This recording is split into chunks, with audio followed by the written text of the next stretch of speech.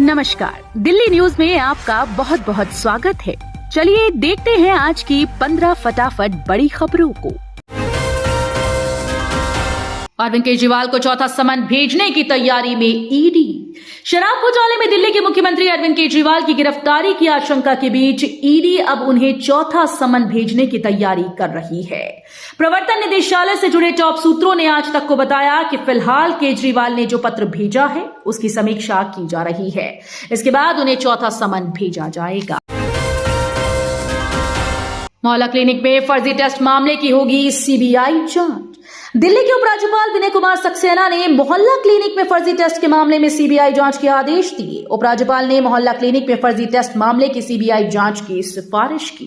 एजी कार्यालय के मुताबिक दिल्ली सरकार द्वारा चलाए जा रहे मोहल्ला क्लिनिक में फर्जी मरीजों के नाम पर पैथोलॉजी और रेडियोलॉजी टेस्ट किए गए हैं।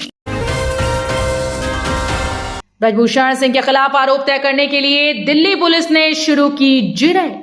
महिला पहलवान से कथित यौन शोषण के मामले में कुश्ती संघ के पूर्व अध्यक्ष ब्रजभूषण सिंह के खिलाफ आरोप तय करने के मामले में गुरुवार को दिल्ली पुलिस ने जिरह शुरू की। कोर्ट ने ब्रजभूषण सिंह को आज यानी गुरुवार को पेशी से छूट प्रदान की। अब इस मामले में कोर्ट अगली सुनवाई कल करेगा। दिल्ली में हिजबुल का कमांडर जावेद अहमद मट्टू गिरफ्तार। राजधानी दिल्ली में हिजबुल मुजाहिदीन के एक मोस्ट वांटेड आतंकी को गिरफ्तार किया गया। आतंकी पर 10 लाख का इनाम घोषित था। वो जम्मू कश्मीर में कई आतंकी घटनाओं में वांछित था। जानकारी के मुताबिक दिल्ली पुलिस की स्पेशल सेल ने राजधानी दिल्ली में गुरुवार शाम एक मोस्ट वांटेड आतंकी को गिरफ्तार किया। बाद में उसकी पहचान हिजबुल कमांडर के तौर पर हुई।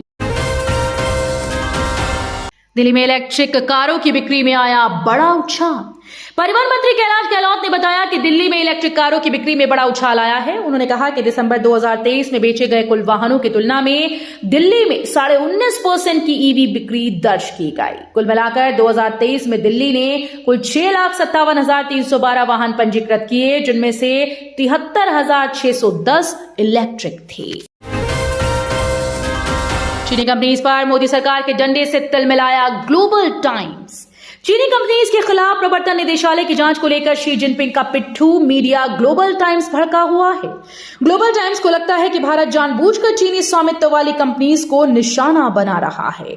हाल ही में ईडी ने चीनी कंपनीज के खिलाफ मनी लॉन्ड्रिंग के आरोपों में 19 जगहों पर छापेमारी की थी। ऐतिहासिक जीत के साथ भारत टेस्ट चैंपियनशिप अंक तालिका में शीर्ष पर। भारत ने दक्षिण अफ्रीका को दूसरे टेस्ट मैच में 7 विकेट से हरा दिया। इस जीत के साथ ही टीम इंडिया ने 2 मैच की सीरीज 1-1 से ड्रॉ कर ली। दूसरे मैच में जीत के बाद भारत को विश्व टेस्ट चैंपियनशिप में बड़ा फायदा हुआ। इस मैच से पहले अंक तालिका में 6ठे नंबर पर मौजूद टीम इंडिया बड़ी छलांग लगाते हुए सीधे शीर्ष पर पहुंच गई। छत्तीसगढ़ समेत कई राज्यों के किसानों से धान खरीदी बढ़ाएगी सरकार। केंद्र सरकार जन कल्याणकारी योजनाओं के लिए चावल की उपलब्धता बनाए रखना चाहती है। ऐसे में एफसीआई किसानों से धान खरीदी बढ़ाने जा रही है, क्योंकि उसे बफर स्टॉक लिमिट टारगेट को पूरा करना है। एफसीआई ने कहा कि छत्तीसगढ़, तेलंगाना और मध्य प्रदेश समेत उत्तर प्रदेश के किसानों से धान की खरीद को बढ़ाया जाएगा। वहीं धान खरीद कीमत ज्यादा मिलने की भी संभावना जताई जा रही है। कांग्रेस ने भारत न्याय यात्रा का नाम बदलकर भारत जोड़ो न्याय यात्रा किया। कांग्रेस ने 14 जनवरी से शुरू होने वाली भारत न्याय यात्रा का नाम बदल दिया है। अब इस यात्रा का नाम भारत जोड़ो न्याय यात्रा होगा। गुरुवार को दिल्ली स्थित पार्टी मुख्यालय में हुई पार्टी की बैठक में यह फैसला लिया गया।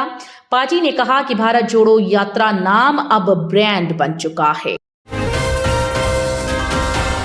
केंद्रीय मंत्री समेत 68 सांसद इस साल राज्यसभा से होंगे रिटायर।